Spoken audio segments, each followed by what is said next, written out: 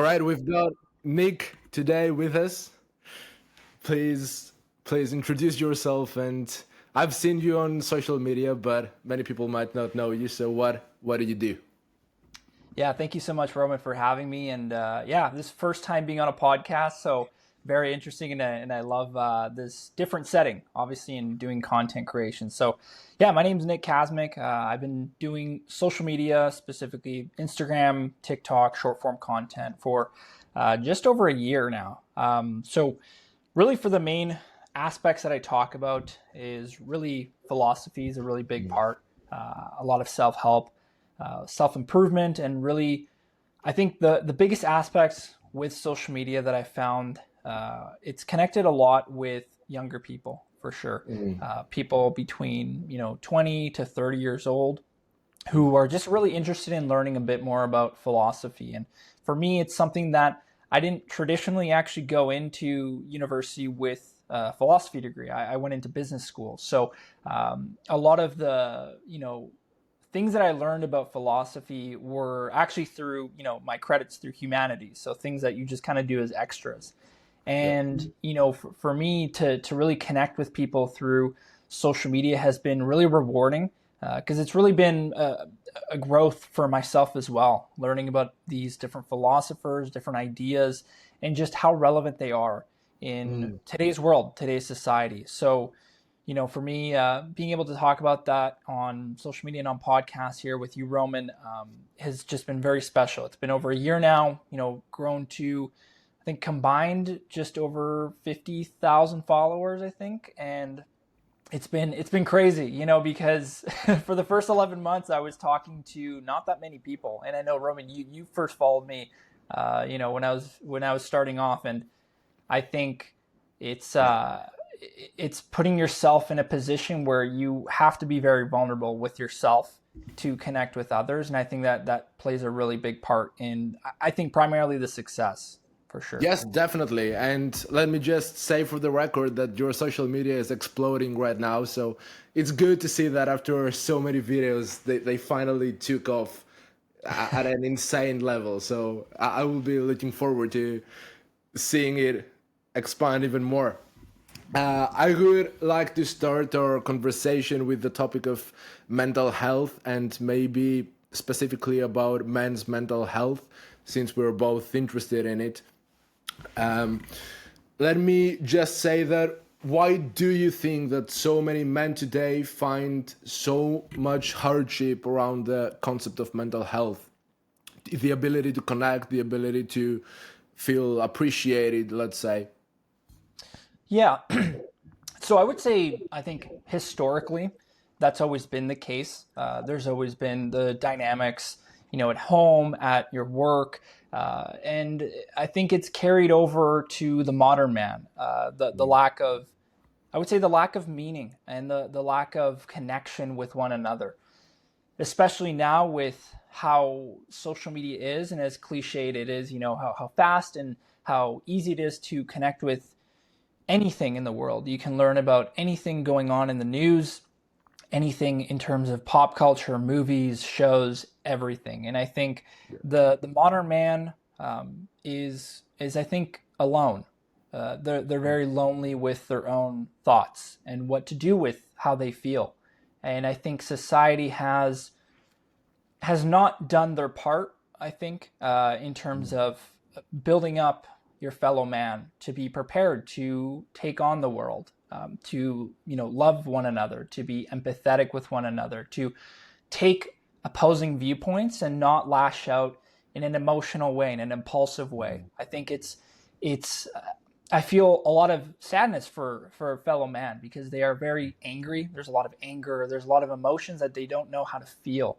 And I think, dating back to when I first got the thoughts or inclinations about starting anything in social media, this was, I would say, back in 2019. I was in university, I was in business school, and I remember going in between lectures and I was talking to a friend. I was like, I really have this idea that I want to connect with men, with people that deal with the similar things that maybe I'm dealing with, and, they thought it was a great idea. They said, you should do that. And this was back in 2019. So this was very early on. I think TikTok had just started, like barely just started. And Right. funny enough, this was right before the big explosion of, Andrew Tate and all those different content creators. And,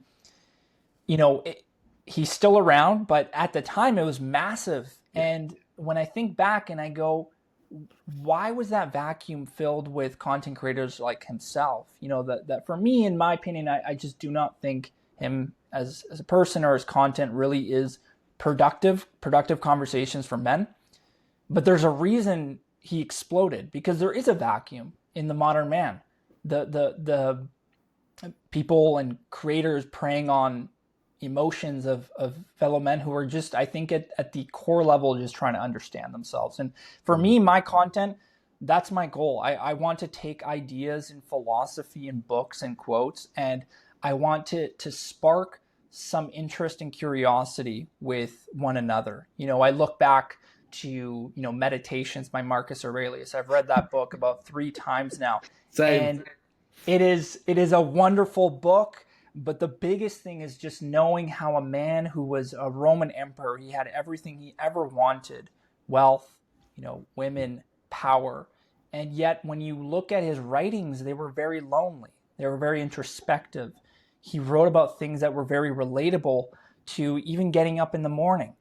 The power over your thoughts, not the external world. It's something that is so relatable to today's modern man that I don't think many men, especially younger men, have the barrier to enter into these thoughts. They think of philosophy or books and things like this that are just not very interesting. I think that's where I'm trying to kind of enter into a man's mind, for sure. And you're doing a great job on it. Since you mentioned Stoicism, many people have the misconception that if a man does manly things, I train in Muay Thai a lot, so I'm around professional athletes as well, all the time. Guys that are huge, ripped, they get punched in the face for money, right? Many people have the misconception that when men do manly things, this is where toxic masculinity arises. But it is actually these people that I've met have the greatest composure, balance, and the ability to control themselves. It is always the men that are not fitting their true masculinity at all that I would say cause problems, essentially. Since you mentioned Stoicism, where do you think the line falls between Stoicism and emotional suppression? I would say Stoicism at its core, I think, especially with content creators and how the ideas of Stoicism have been through social media, I think have been kind of very different than what the books potentially say, with Marcus Aurelius. And I think emotional suppression, I would disagree, would be the takeaway or one of the takeaways from Stoicism. I think at the core of those ideas, at least for me, I look at is you really can only control what you can control. What are the things within you? So your thoughts, how you react to someone, your emotions, those are things within your control. And, when we look at, Carl Jung and he talks about the shadow work, he talks about, dealing with the suppressed, the things within you. When you get angry at someone who is arrogant, let's say, why does anger come out? What is that feeling that comes out? Is it a bit of pride within yourself? Or if you have something that you're reacting to is of jealousy or, things like that, you have to look at yourself. What are you oppressing within yourself that you're not allowing yourself? I love that. Yeah. And I just want to give as an example that I've done a lot of years of psychotherapy. At some point, a couple of years back, I remember talking to my psychotherapist about how I got very angry at meeting somebody that had values and traits that I didn't appreciate. And she hit me with a saying that basically said that whenever we get angry with somebody, of course, unless he has caused some kind of specific harm to us, it is either because we fear that what we see in him we used to have, we now have, or we will in the future have. And later in my studying, I saw this concept in psychology called projective identification, when you project your own values and thoughts into other people to help you guide in life. So I think it is extremely valuable what you're saying about Stoicism. The point of philosophy, which you do very much, very well, is partly to attack ideas which are held common by the collective society, let's just say. How can philosophy be used as a compass when society seems to offer a lot of noise? Yeah, that's great. Yeah, so I would say at the core, I want to go towards probably Soren Kierkegaard. He gives a really great example that I always think about. I love Kierkegaard. He has so many different quotes that make me, I'm like, I just stand back and go, wow, he really was talking about something that's relevant. And I always like giving the example of the clown in the theater. So, he talks about the story of Kierkegaard's point is, you're at the theater, there's many different people there, in the theater, let's say as characters, and one of them is a clown. And the theater is going, the play is going, people are clapping, people are laughing. And at a certain point, the clown comes up to the stage and he grabs the mic and he tells everybody, ladies and gentlemen, there is a fire in the theater. We need to evacuate. And the people look for a second, but then they start clapping and they start laughing and they think it's part of the play, right? And the clown keeps saying, no, ladies and gentlemen, please, like, we need to evacuate. Like, there's a fire burning. There's smoke. And people keep laughing. They go, oh my gosh, that's so funny. He's playing the part. That's really well done. And they can see, oh, there's smoke coming too. Wow, that is really great effect. Wow. And the clown is pleading. He's like, please, everyone, there's a fire. We need to leave the theater now. And the fire emerges and it engulfs everything. And it's kind of a dark example that Kierkegaard gives, but he gives the example of how much you lose your individuality between your own meaning when you're part of a crowd. When you might not do certain things. You look at protests when people break things. You wouldn't maybe do it alone, but if there's 10, 20, 30, 40 people, if everybody else is doing, why can't I do it? So Kierkegaard's point is the crowd is a sickness unto death, he talks about in his book. And a big part is the crowd. So when someone asks the question about, searching for meaning within oneself, is, I would say, look at the crowd you're in. How much of your norms, how much of what you talk about, how much of your identity is played in part with the crowd that you're in? What would it look like if you stood on your own 2 feet? No, that's amazing. That's amazing. And since we talked about masculinity and society prior, I think part of the reason why society attacks, let's say, masculinity sometimes, not to be generic, but it's because a masculine trait is disagreeableness. And a man that has, let's say, high levels of masculinity is much more likely to have high levels of disagreeableness, which could also go against societal norms or politics or any kind of the collective again. I don't know what you think of that, but I really like the example with the clown. There are many examples in psychology with experiments where people completely changed their behavior when they were surrounded by other people. I think Nietzsche also writes a lot about how great ideas emerge in isolation, and many other great thinkers as well. Have you found it personally to work for you, having ideas come and flow when you are in isolation?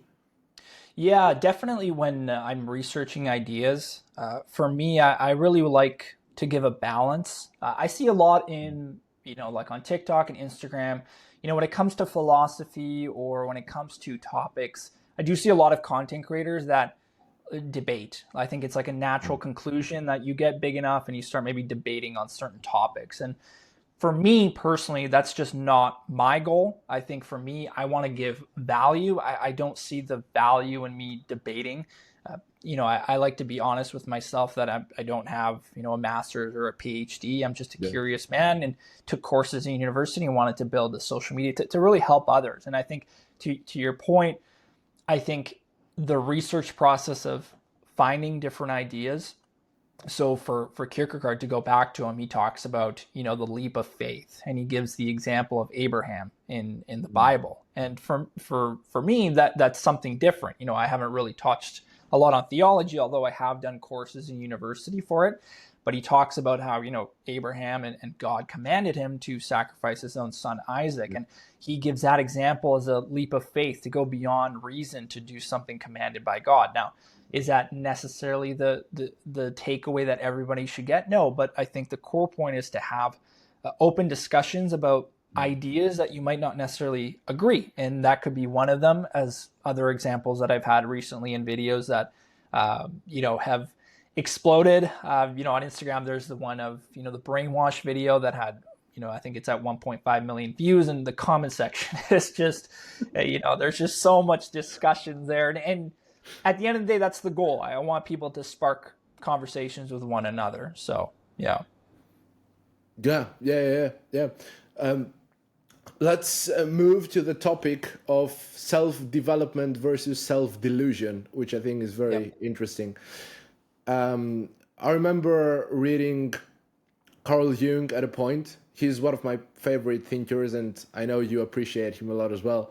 He has a beautiful quote which says, I think it goes something like, they will practice Indian yoga, read the literature of the whole world, try every new diet, all because they cannot get on with themselves. How much do you think we are kidding ourselves by doing stuff that are supposedly productive or self-improvement, but they are actually just nothing more than a distraction? Yeah, that's a great quote, by the way. I'm actually reading his, I'm trying to remember, is it Dreams, Memories, Reflections? I'm reading that book right now, that amazing book. I think that is a really relevant quote to today's society, specifically, I think, in social media. I think, I don't know what the right word is, but there's something very similar to what you said. It's like mental something, but it's something of constantly trying the self-improvement kind of cycle of self-improvement, the books, the self-help, etc., and not really getting ahead. And I think a big part to that, I would relate back to my own social media. When I first started, I had no clue what I wanted to do, and I actually started some of my first videos in this very room. I wanted to talk about self-help and helping people, and the videos, weren't edited well, and I didn't really have a script. I didn't really know what I was talking about. But I think the more I tried to find, other creators and what they were doing and then implement it in my videos, and then the hook and then the ideas, and then, oh, this is not formatted right. Like, it was just so much of a cycle of trying to improve and trying to copy that I wasn't getting any results. And actually it was doing worse because I was putting so much time into things that were not relaying into successful videos. And I went, I think, 11 months straight, I think, making videos with little to no real results. Like, I think it came after maybe month 12 where I got one of my videos. I think it was the Nietzsche, the Abyss quote. That one just exploded. And then from there, it just snowballed the other videos. And I rarely I rarely break down other videos. Like, I'll look at what things have been working and what things haven't been working. But at the end of the day, I only really like doing videos on things that I think are interesting. And I'm not going to do videos on things that I think might not be valuable for people, or things that I don't think are relevant. And I think that speaks to, I think, the performance and the growth, because I'm not really trying to make my videos go viral. Like, I'm just trying to get some ideas that are really interesting and put them in a way that can spark, conversation. And if by that it does do well, then that's great. But I think that's one of the things, just not looking too much into it, to your point, Roman. Yes, I really appreciate the fact that you're exploring self-improvement through philosophy. I think a big part of self-improvement and why I'm, let's say, against it in the common sense is that self-improvement content, books, videos, podcasts tend to treat symptoms as causes. They will tell you that if you procrastinate, then you just need to work harder. But there is a limit to how much work you can do on something that you have not really found its true value. And you could benefit much more if you tried to align yourself with your work. People like Richard Feynman, one of the greatest physicists ever, he could spend hours thinking about the electrostatic dynamics he was working on, how the electrons interact. He was imagining everything because it was his life. He aligned his work with his passion, and this is why he was able to do all these great things and win the Nobel Prize eventually. And they will tell you that if you overattach easily in relationships, you should just cut it off, not explore the actual psychoanalytic reasons for why you have the need to get overattached. So this is my problem with self-improvement, let's say. I don't know if you can identify at all.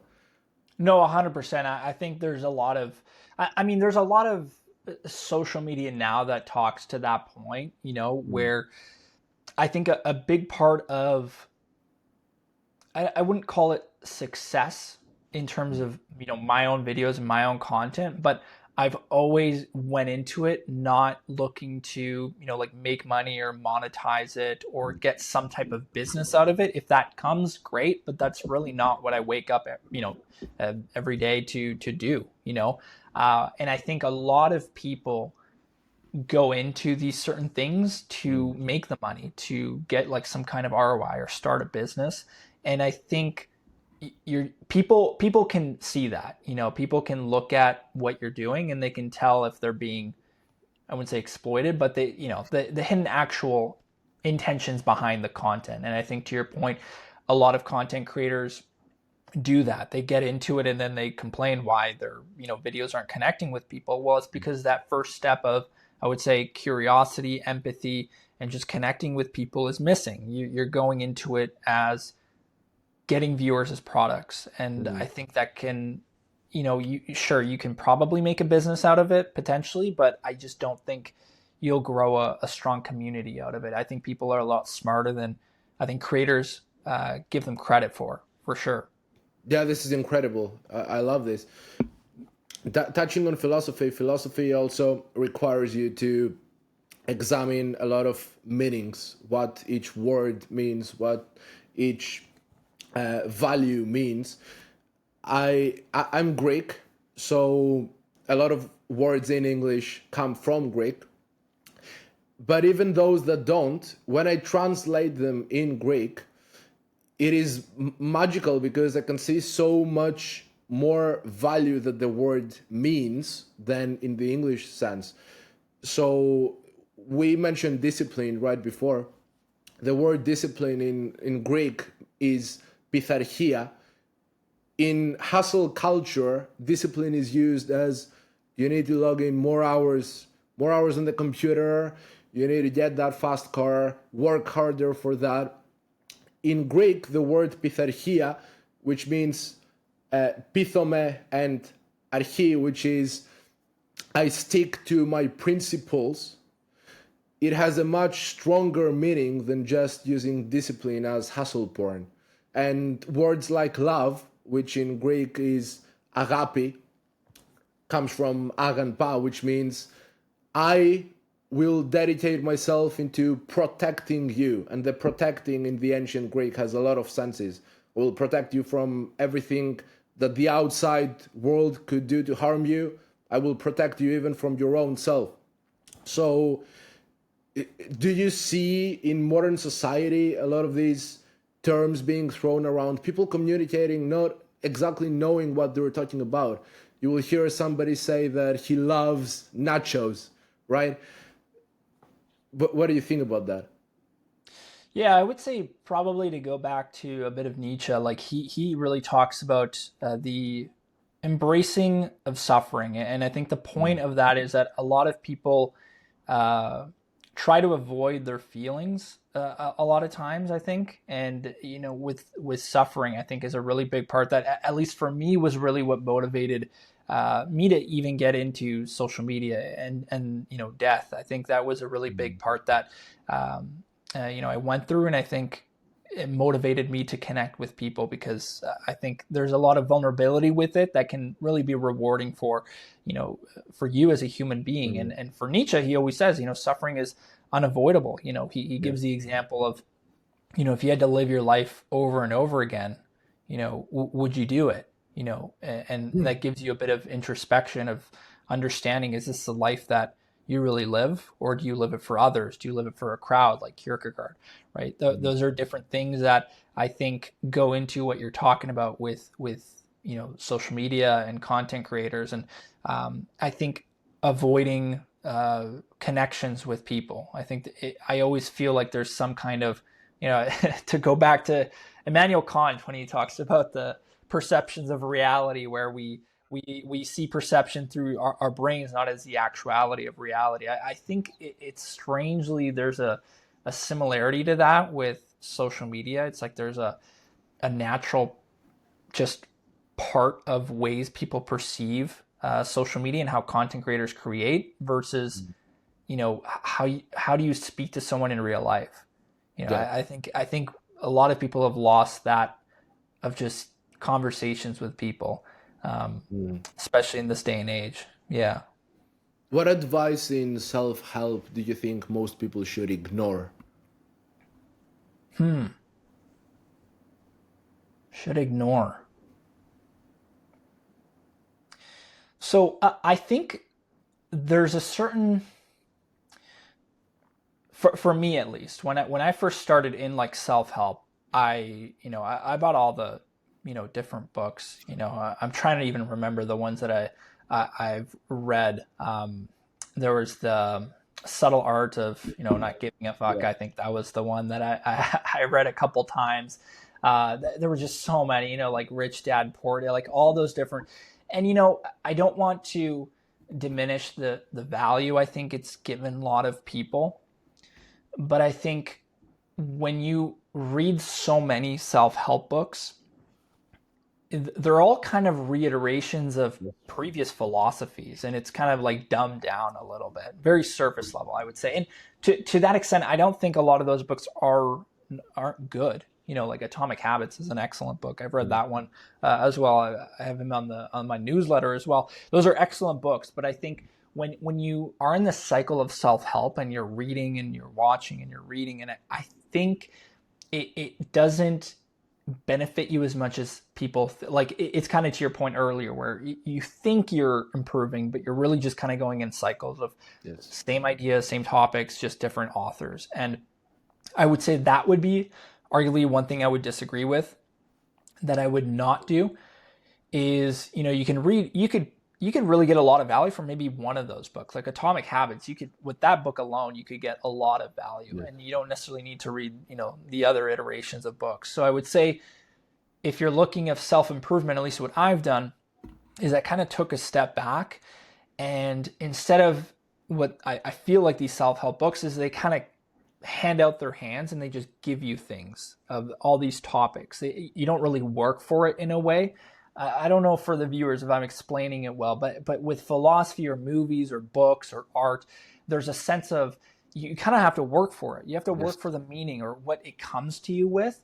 Whereas I think self-help or a lot of these other content creators, they kind of just give it to you, kind of like a Big Mac, a little bit. It's kind of commercialized in that way. And I think if you're still kind of struggling or you're still in that cycle, I would say take a step back, put those books on hold. Doesn't mean you don't want to come back to them, but look at other areas of meaning. A lot of movies, like I've watched, Stalker, Tarkovsky, or Solaris by Tarkovsky. I love those movies, because part of it is you don't understand it, which makes it even better. You're like, okay, like I don't know what's going on. But then when you've watched it, you go and read about it later, and you look at, wow, I look at those scenes, and this is what it brings out. I'm trying to remember the quote Tarkovsky said, but I remember an interview someone said, what is the meaning of, your movies? And for him, he said, there is no meaning to my movies. It's what it brings out to you. That's what it is. That's the goal. And I think that speaks very much to what I think is, you have to kind of work for it through these arts and paintings and movies to really get ahead.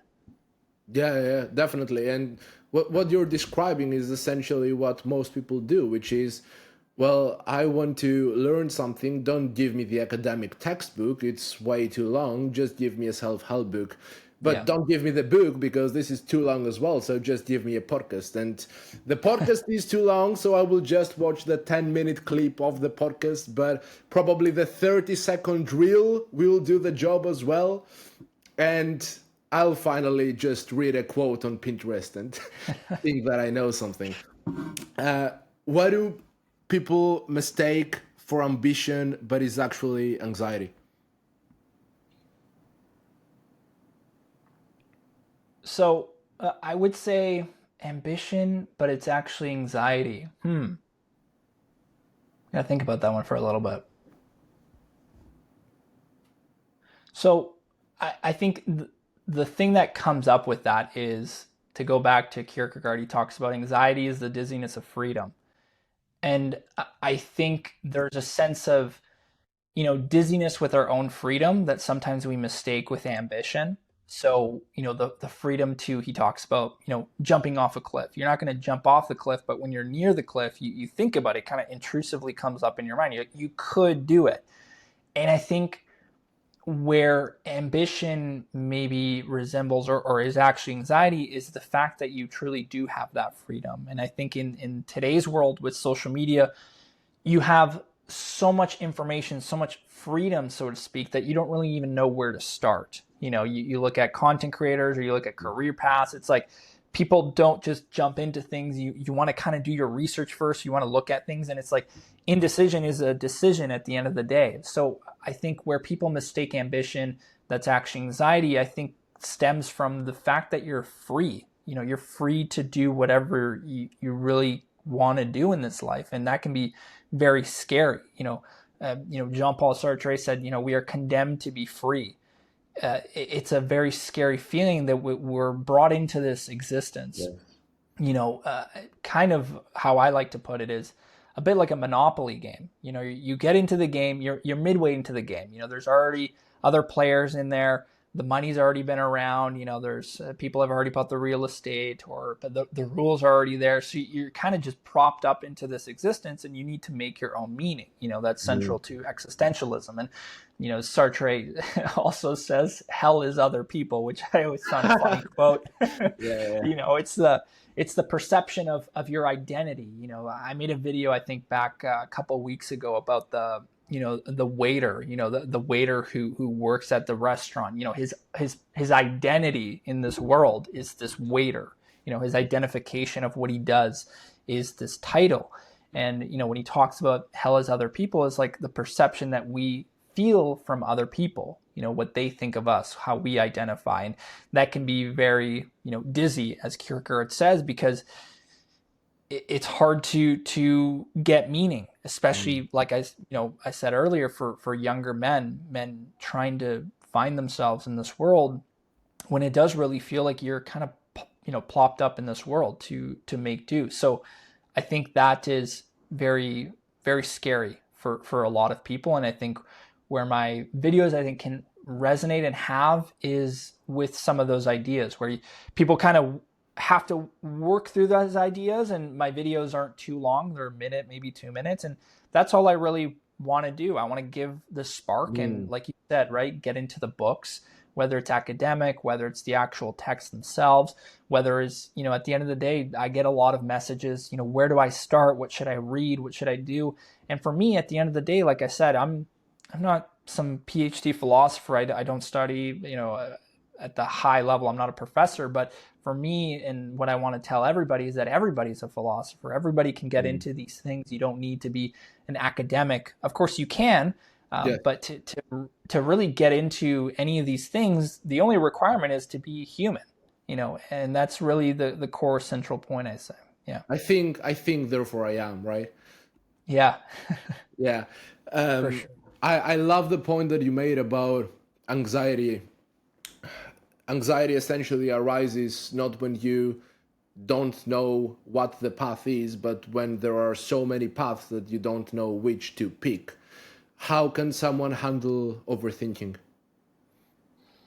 How can someone handle overthinking? Well, I think one thing I gave one of my viewers, he was quite young, and I felt bad because there was a lot of topics he was like, trying to get into at a young age. And I would say when you're that young, 15, 16, I think you can have a bit of fun and go just enjoy the world. And then you come back in the adult life and, these ideas will be there, right? I would say for someone that's feeling overwhelmed, I think first it's okay because it's completely normal. I feel overwhelmed all the time. I'm sure, Roman, you feel overwhelmed. It's a Yep. natural human feeling to feel that way. I think the first thing is communicating it, because feeling overwhelmed is very isolating. It can feel very lonely. So I would say the first thing is, whether it's a friend, a partner, a parent, just talking about how you feel and just connecting with some person that can understand. Because again, we're all human, and every feeling we feel, most likely other people have felt as well. From there, I think once you have someone that can make you feel kind of like a safe space to talk about those things, I would say that's where you can look at, what's been talked about this in the past. So if it's something with, you get very angry or you are very isolated, you can look into psychology with Carl Jung. You can, you can look at existentialism I would say if you're older, like in your 20s, to look at meaning. Or I would say even just the most accessible is Marcus Aurelius, read Meditations. That's how I personally got into it. Very accessible, very relatable. And from there, just reading those, and there's a sense of comfort, I would say, when the feelings you have were felt by someone from 200, 300 years ago. It's a bit comforting to know that there's people out there that wrote books that talked about these things that most people assume people from the 1800s are just kind of just old, irrelevant, right? They don't really matter. But when you can take a step back and say, wow, like, Nietzsche talked about the will to power, like that is insane. That those are things that I can relate to. It can be as simple as, my, basketball career and where I want to go to. I'm in university, or, you can relate it to things within your own life, or maybe with friends or with your work. I always like the master slave dialectic by Hegel. He talked about how, Very the difficult. Very difficult. yeah, very difficult. And I'll be transparent. I haven't read really much of Hegel, but I've watched a lot of professors that kind of break down the text, which is something I would really recommend a lot of people do. There's a lot of YouTube professors who are very academic, and they have 2, 3, 4, 5 hours and series of breaking those down. Amazing quality. And one of them talked about the master slave dialectic and talked about how, in the relationship between the quote unquote owner, your boss, versus the employee, the one under, he kind of breaks it down. And obviously I'm doing a very simplified version, but he talks about how really at the end of the day, the owner or your boss is really dependent on you working, on you doing what you're doing, because not exploitive, but they're the ones, to a point. That's what Hegel would say, but to a point where that is the relationship. And what he talks about, how is the employer, the one under them, is actually the one doing the growth, because they're the ones actually within, building the skill sets, or actually doing the work within the company or the team, let's say, all those different things. And the owner is very dependent on what you are doing. So when we take a step back on those ideas with master slave dialectic, and I would recommend viewers to read about that. It's very interesting. I would say, feeling overwhelmed is normal, but examples like the master slave dialectic with Kierkegaard or Nietzsche, those are examples that can bring out things that are very historical, that can relate to you in certain manners. Whether, like I said, it's at work or it's at school. And then from there, I think just reading, watching videos, it can be as simple as a podcast, or it can be as simple as a YouTube video, and then can progress you into Yeah. a book.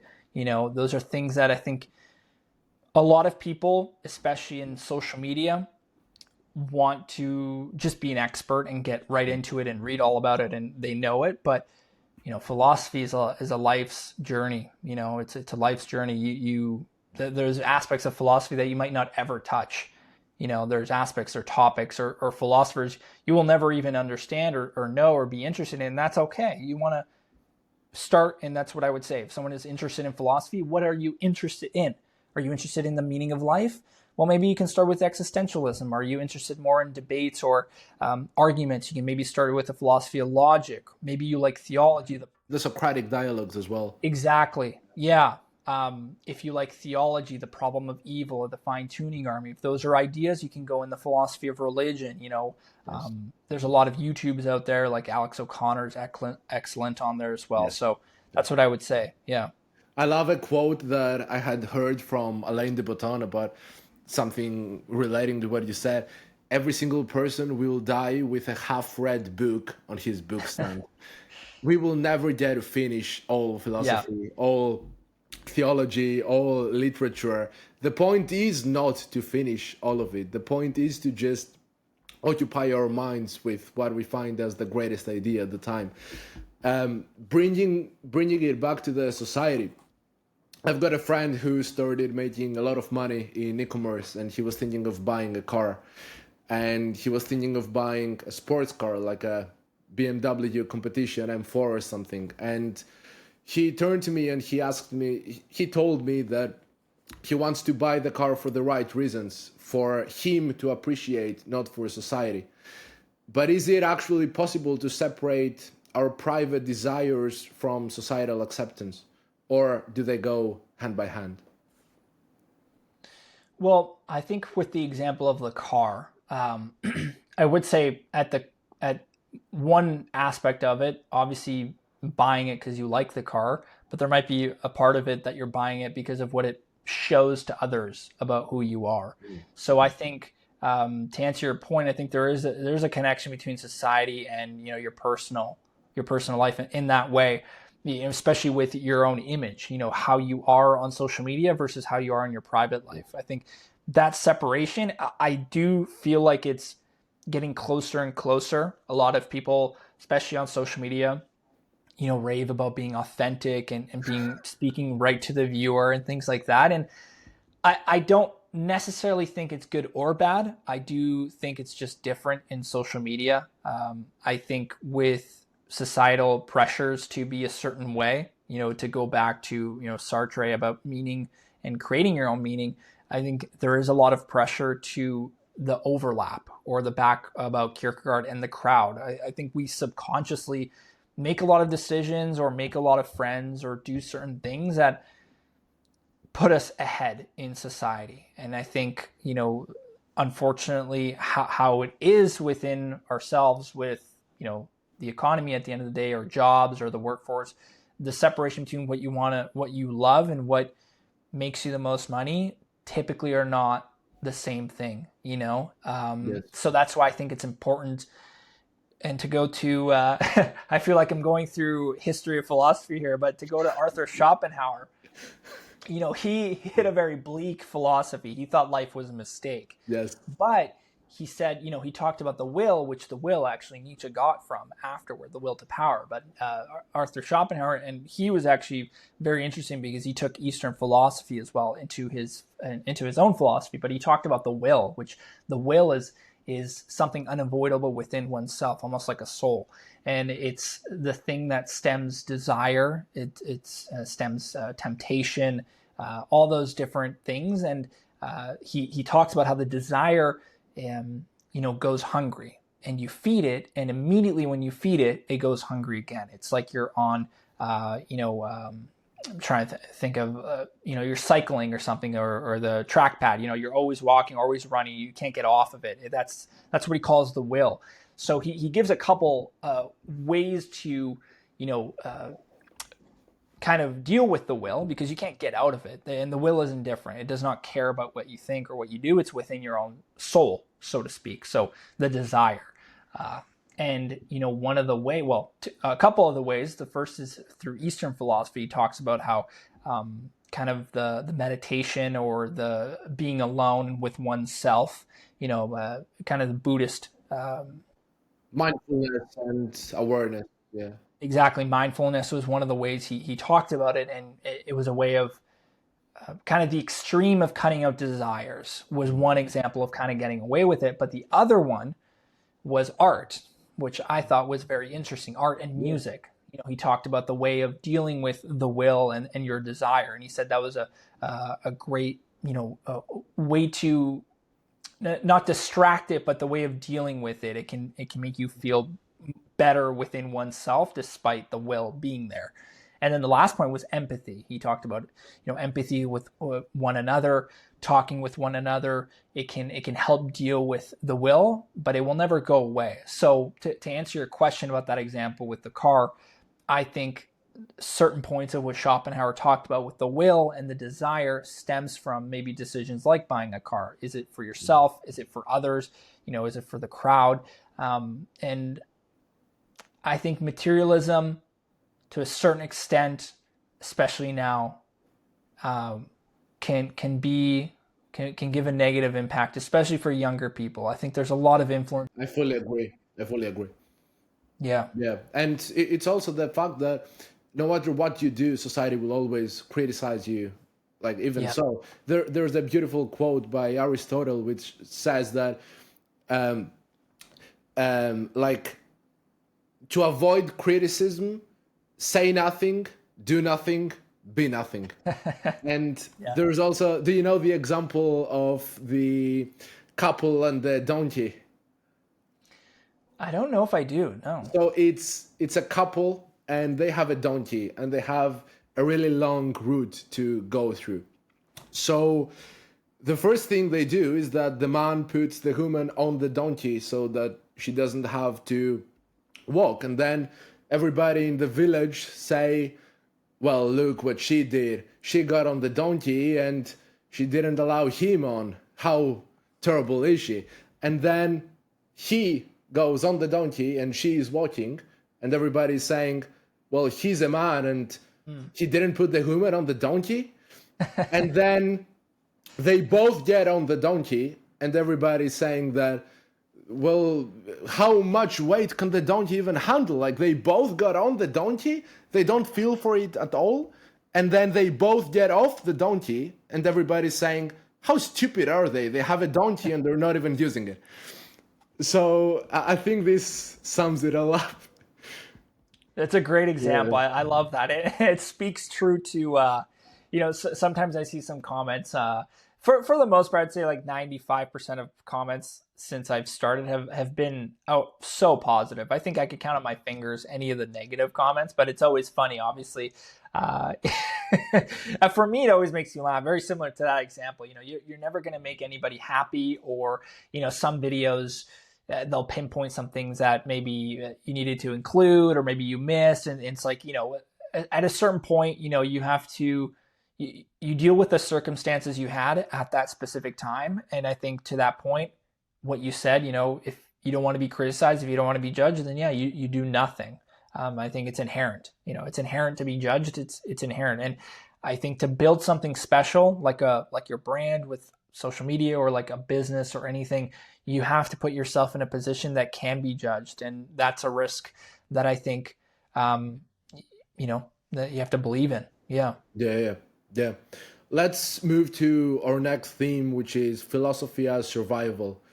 First of all, when we say philosophy, what exactly do we mean? Is it beliefs or practices or behaviors? Yeah, so I would say philosophy, it can include all of those things. I think first is being curious. I think is the biggest thing I would say central for me with my relationship with philosophy, being curious about different ideas. And curiosity is how do we get there? What is the idea that gets us there? How do we know that? How do we test it? Right? That's where it gets to all the different subpoints of philosophy, like epistemology, and how do we know what we know?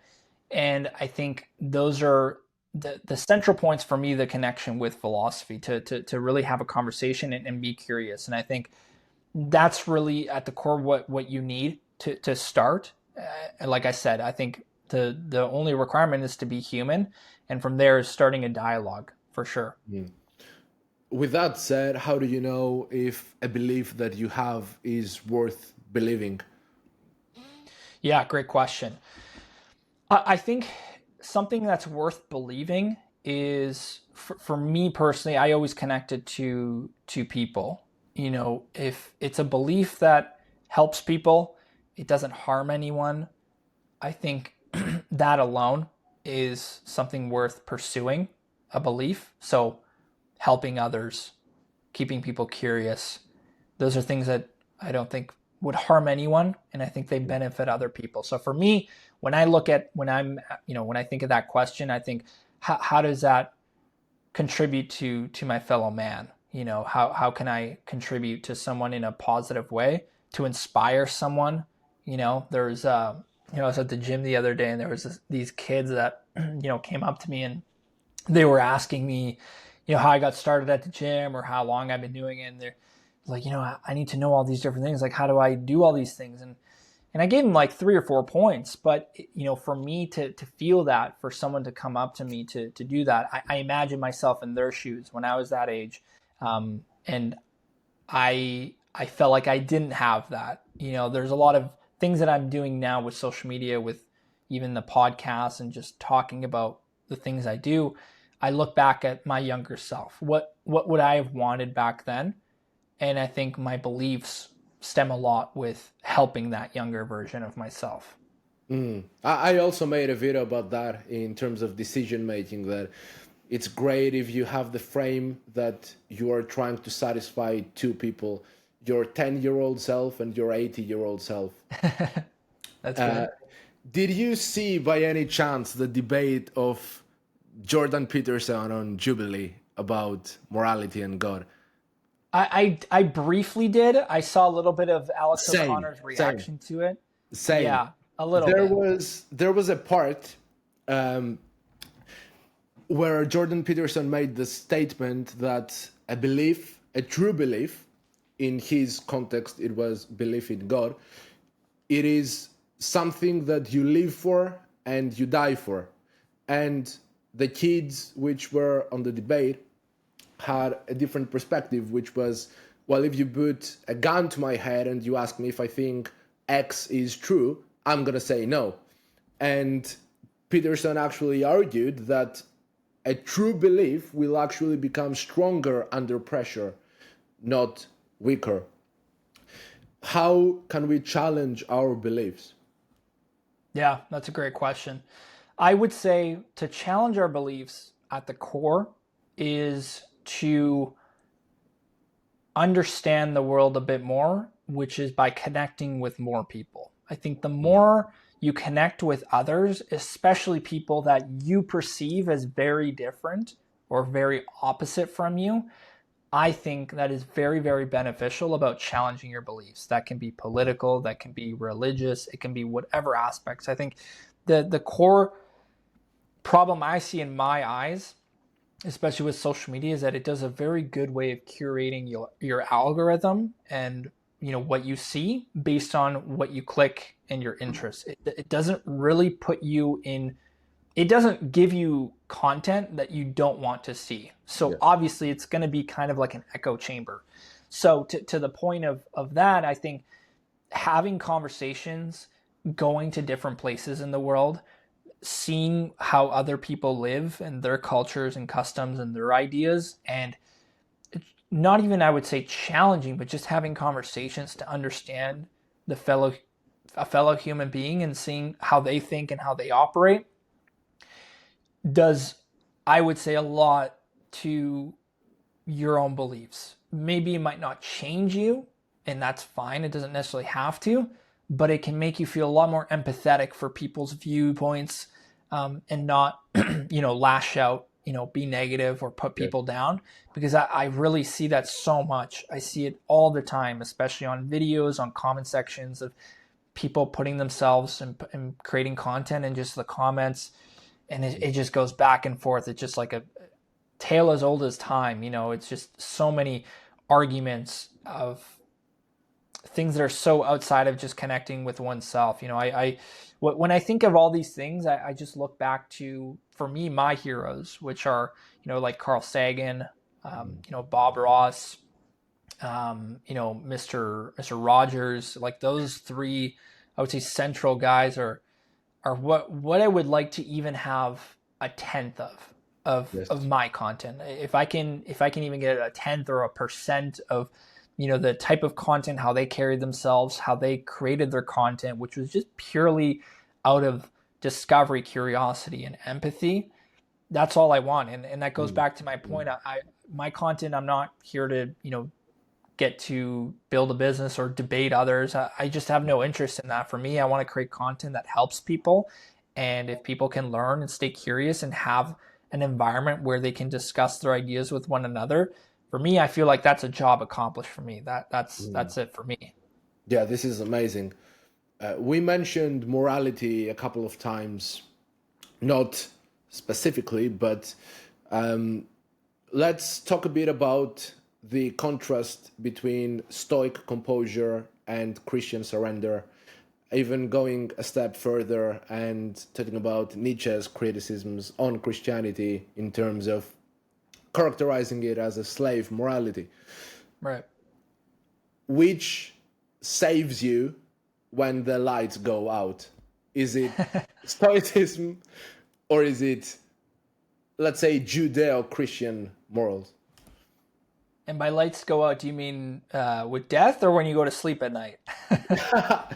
I hadn't even thought of that, but I meant when the situation becomes as terrible as possible, when you are without guidance, when you don't know what you should do, when you have no clarity whatsoever about where you're heading. But what you said also works great. Yeah.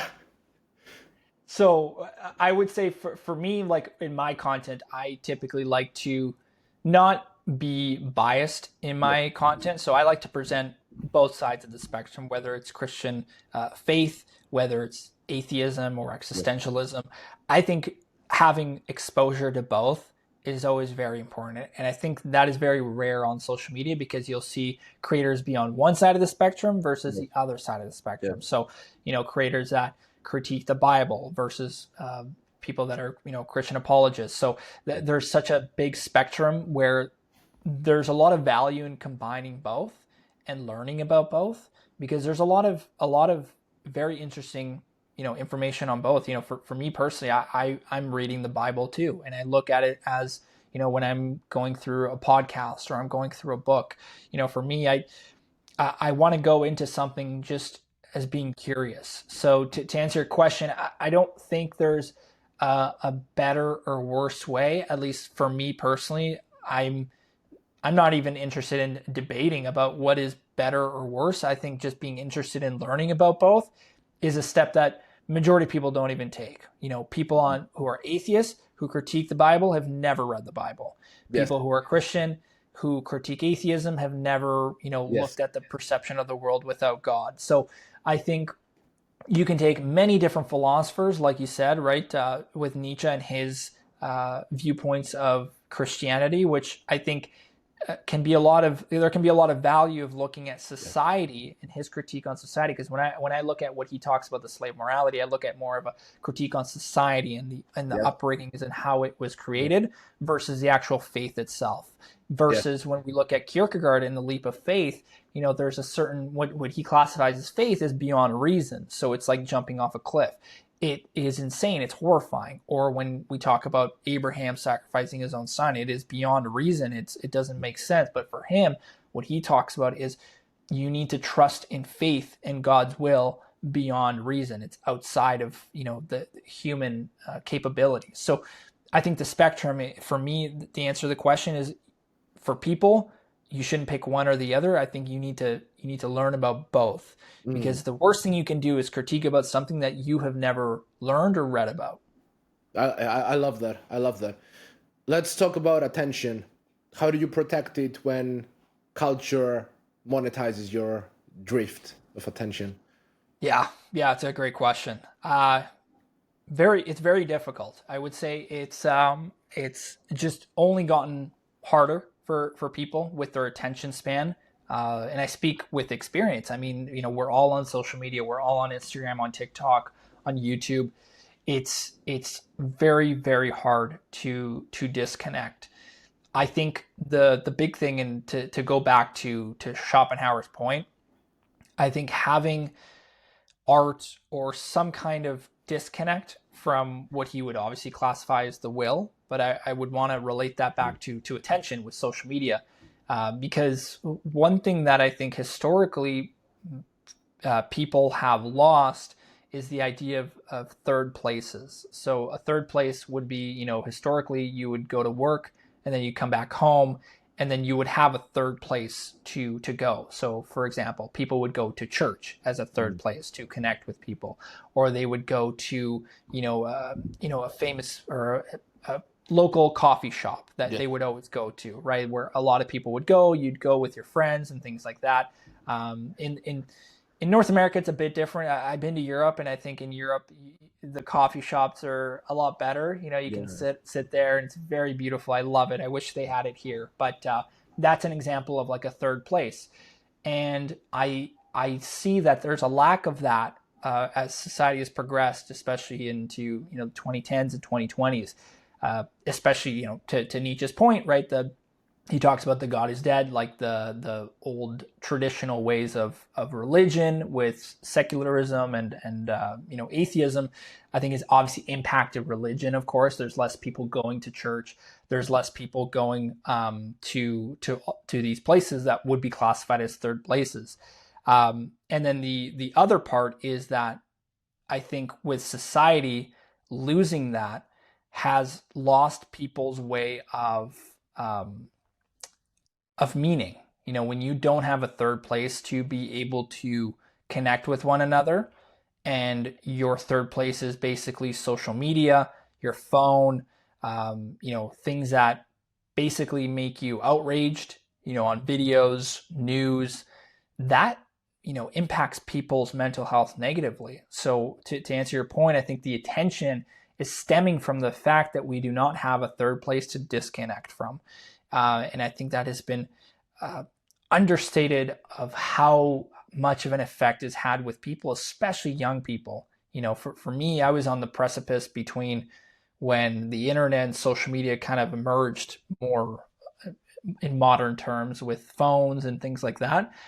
I basically got out of being a kid growing up without those things for the most part. But now most kids are on, iPads or on the internet, and it's so easy to see horrific things or news, or even creators who on social media are, I would personally say, are not productive for a child's growth, or things are just very... Well, I've got an example about that. I was on vacation for a couple of days, and in Greece, I remember in the table next to us, there was this family with the parents and a young girl. She couldn't have been more than 6 years older. She had an iPad in front of the food, and she would scroll on TikTok while eating cupcakes. She would scroll faster than I could believe. I've never seen anybody scroll faster than that on an iPad. And she was like 6-7 years old. So imagine the effect this would have later on, especially. So the last question I have in regards to society is about technology. With technology advancing so rapidly, AI, technological systems all over the place, do you think it vectors to an attack on the individual? I think the biggest impact I say that it has with the individual is the fact that it is very difficult for us to formulate and craft our own ideas and meaning and thoughts. And it's very easy to be impacted by the algorithm, whether it's the news, whether it's creators.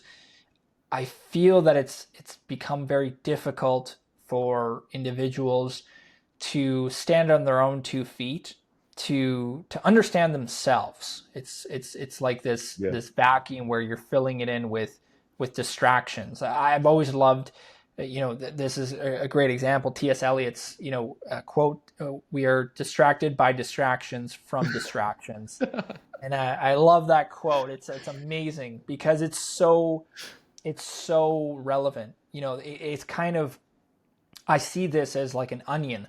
There's so many layers that you take back, and there's just so many layers to our distractions, whether it is Instagram, whether it's AI, whether it's TikTok, whatever platforms. It is just layers upon layers, and we add on those because we don't like being uncomfortable with oneself. We don't want to be within our own minds because it's scary, it's uncomfortable, it can bring out a lot of feelings that people don't necessarily want to deal with. And that's where obviously like therapy is a great way, where you can use that as a way to release, where you have that 1 hour, 1 hour and a half where you're not on your phone, you're talking with, a qualified psychologist or a psychotherapist, and they're helping you with these thoughts that you're having. So I would say, I guess a solution to that is finding a therapist that's right for you, that's qualified and knows what they do for the needs that you're looking for, because that is an excellent way to get away from, the epidemic really of social media. The next question I would ask is actually very related to the answer you gave. So it's regarding boredom in our society in modern times. I think one thing that characterizes it to a great degree is that we are never bored. So think about if you had went to a party in the 1990s, you were a bit uncomfortable in a social situation, you would still have to perform in a way, talk to people, manage your way out alive, in quote marks. Yeah. You would have to adjust, you would have to learn new behaviors, adjust your patterns. Now it is very easy because you can just take your phone in your hands and scroll endlessly, and the minute you take your phone out of your pocket and in front of your own face, it's like you have a social protective bubble around you where you are immediately excused from any social interaction. Waiting in line in Starbucks to get a coffee, take your phone immediately, don't have to talk to anybody, don't have to look at anybody. It's like you're completely disconnected. But this could potentially bring a lot of problems, because when you are never bored, you're never thinking, you're never alone with yourself, as you very well said. Do you think we are exercising too much boredom, too much constant moving, not enough boredom? Yeah, I would certainly agree. We are, for sure. And I think it's a byproduct of the technology, for sure. And I think, the biggest part is the fact that it's so accessible, because back then, a lot of people dealt with distractions back then as well, outside of social media. Like if you look at old pictures of people on the train, everybody was reading the newspapers, everybody was on there. It's kind of like the equivalent of the phone. The thing is not to, the distractions are always going to be inherent within our human brain. It's just part of us.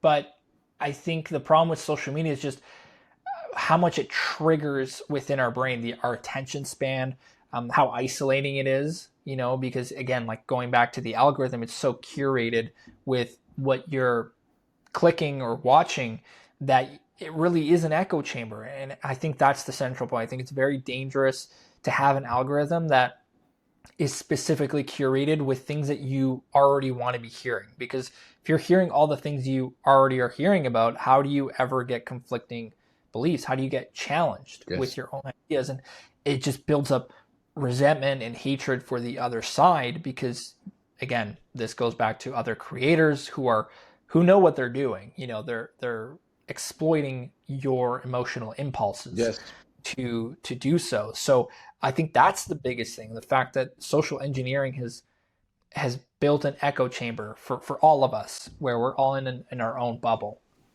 Yeah.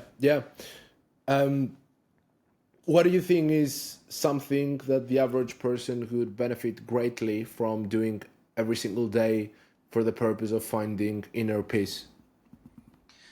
Yeah, there's quite a few things. I think the easiest and most dramatic effect that you can have is activity, so working out. I think that's the most central, most accessible way.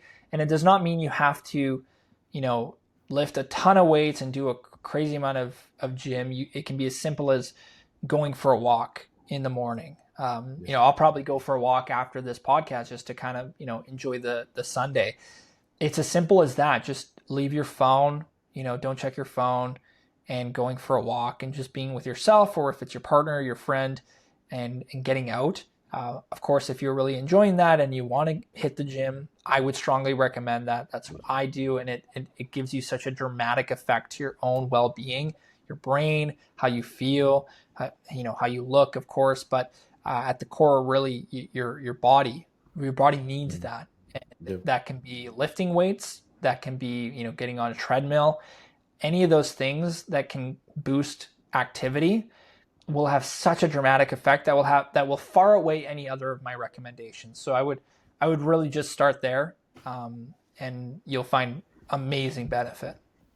What is a philosophical idea that actually landed in your life? That actually landed in my life? Do you mean like, what do you mean by that? Exercising it, thinking about it, maybe applying it to specific situations. Yeah, I'm trying to think of one. I think I think the one that I really have liked. I have a couple that I want to talk about, because I've talked a lot of the ones that I already liked in this podcast, but I want to see if I have any other ones that kind of spark. I think one early on to my kind of philosophical journey when I was starting social media was Albert Camus' The Myth of Sisyphus. I liked that one as well. I think starting out, it was nice to think about, especially because when you talk about how the myth of Sisyphus, where he's condemned by the gods to lift a boulder, lifts it all the way up, and then it falls back down. And he famously says, we must imagine Sisyphus happy, and that's obviously where he talks about absurdism. To do something, as he would say, is like an act of rebellion. To enjoy a cup of coffee, despite the world's chaos. That can be the meaning. That not the meaning, but it can give you temporary comfort.